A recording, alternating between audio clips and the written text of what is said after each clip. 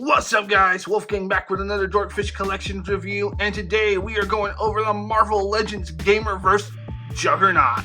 Let's get into it, guys.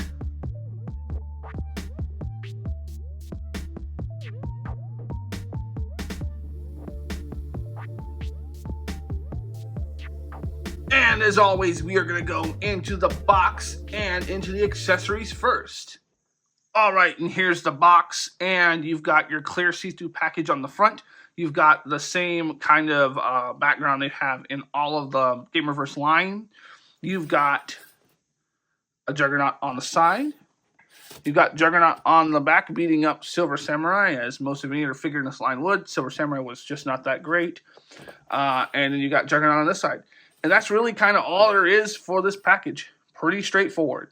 Alright, now let's get into the accessories, and he doesn't come with a lot, guys.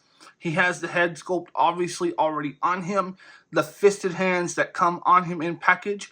He has two other hands, this here, a stylistic posing hand here, and a somewhat gripping hand right here, and then this piece, the effect part, which we will go ahead and get into how it functions.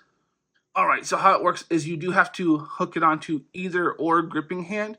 So if you'll see that right in there, how that attaches. Taking the gripping hand off. And they come apart at the joints like that. They pop in and out. Pretty easy. Put that down. And then get this in here. And it is universal. So you just pop that in here. Boom. And there you go. It's in and on. So that's how you use the effect part. Alright, and going into aesthetics. He's got some good things and some meh things. I do like how matte the helmet is. I'm not a big fan of how glossy areas like the pectoral area is. Even some of the skin tone and the boots. A little too shiny for me. Would like to have been a little more matte like the helmet.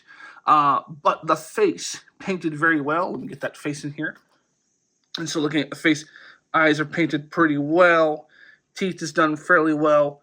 Nose, the gums, all of it done good. And then all of the hands have this paint job done across the fingernails, like you can see in this one here.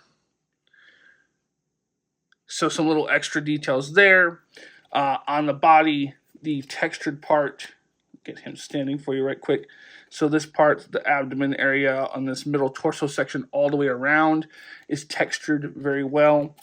I do like the texture of the helmet and the armbands as well. They're pretty well done, so I like those. Other than that, there's not a lot of other texture. It's pretty flat. I do like the sculpting they did here with the clothes to fill the stretching. They did some painting in the chest and the legs. But not in a lot of other areas in terms of the clothing. However, looking at the back, they didn't really do any painting in the back area. But they did paint the veins, give them a little bit of a hue over the top. So I do like that. I like that the veins are painted. So they covered that well. All in all, there's not a lot aesthetically to him. What's there, I like. There could be more. Like I said, I wish there was more of a matte finish. But overall, aesthetically, pretty well done. He's a big boy, pretty proportionate, which I like. I think they did a good job otherwise, but now let's get into articulation.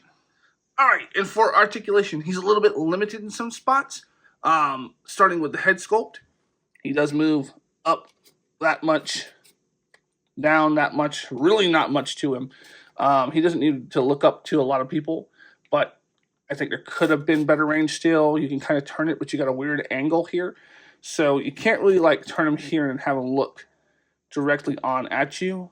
See, it's just kind of weird how they did the head. So I'm not a big fan of the head sculpt, or I should say the neck articulation on it. You've got the butterfly joints, so you can pose them in this way. You can get that far out. That is a matte plastic, just like the helmet is. You've got the arms, which go out about that far on mine. Full rotation, no problem. Oops, put the camera there.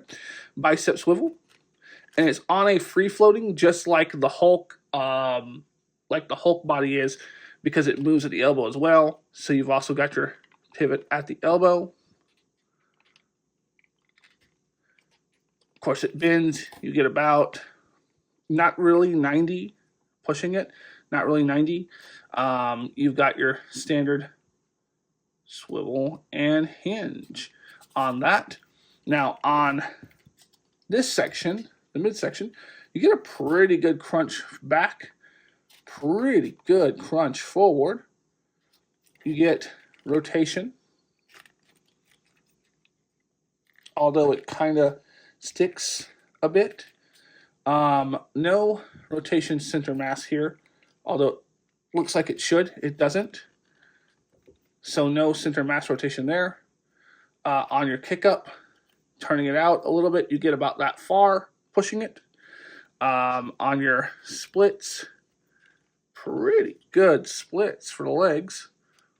Obviously your thigh cut. Your knee is a similar joint to the elbow, and it rotates as well, but not quite 90. You've got your ankle here, goes pretty far down, right about that far up, not very far. Toe hinge, kind of ugly. I don't really think the toe hinge does much. In fact, it actually kind of limits me because he's so top heavy that when you try to use a toe hinge, he can fall over. So I'm not a big fan of the toe hinge, honestly. So, and that's his articulation. It's not the best in the world. It's a Marvel Legend. So decent enough for what he is, but could be better, honestly, with some of the other bigger and bulkier figures that I've held. Even, I think Diamond Select's Hulk articulated a bit better. Is around the same size. Beast Deities, Broly. There's some better articulated figures, but he's not the worst. It's still good. Don't want you to think he's horrible. Just know what you're getting with him. That's all. Know what you're getting. All right, and on to size comparisons, and we are going to start with the Marvel Legends 2-pack anniversary Juggernaut, and the other Juggernaut, the Gamerverse one, is just so much bigger. He is gigantic next to him, but I do want you to notice, if you look at the kneecaps and look at some of the articulation cuts in the thighs, even it looks like the boot cuts there, except for the fact that you've got the hinge here. Looks like they scaled up and used or reused parts from the original Juggernauts, which makes sense. And now we've got him next to the Jada Toy Street Fighters 2 Ryu and the Gamerverse Wolverine. Looks pretty good for a Marvel versus Capcom crossover line. Here he is next to the DC Collect and Connect Multiverse Clayface. They look pretty good in scale next to each other, pretty big. And last but not least, we have him flexing next to the Beast Deities Broly. All right, and final thoughts. He is kind of middle of the road to me. He's not the worst Marvel Legend ever made. He's nowhere near the best, but he is fun enough. I've been doing some poses with him in my X-Men, so I am happy to have him with my Brotherhood. He definitely stands head and shoulders above the other Juggernauts in terms of scale, but I don't know if he's necessarily better overall than the other ones. So it's going to really come down to, I think, aesthetically, what Juggernaut you prefer.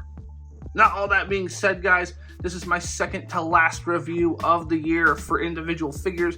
Next week, I've got the Mezco Deadpool from Deadpool Wolverine going up, and then after that, my top 10 of the year, and then we're back again in January. So guys, please check this one out. Check out the other ones on the channel. Give a like, give a share, give a subscribe. Comment down below your favorite Marvel Legends of this year.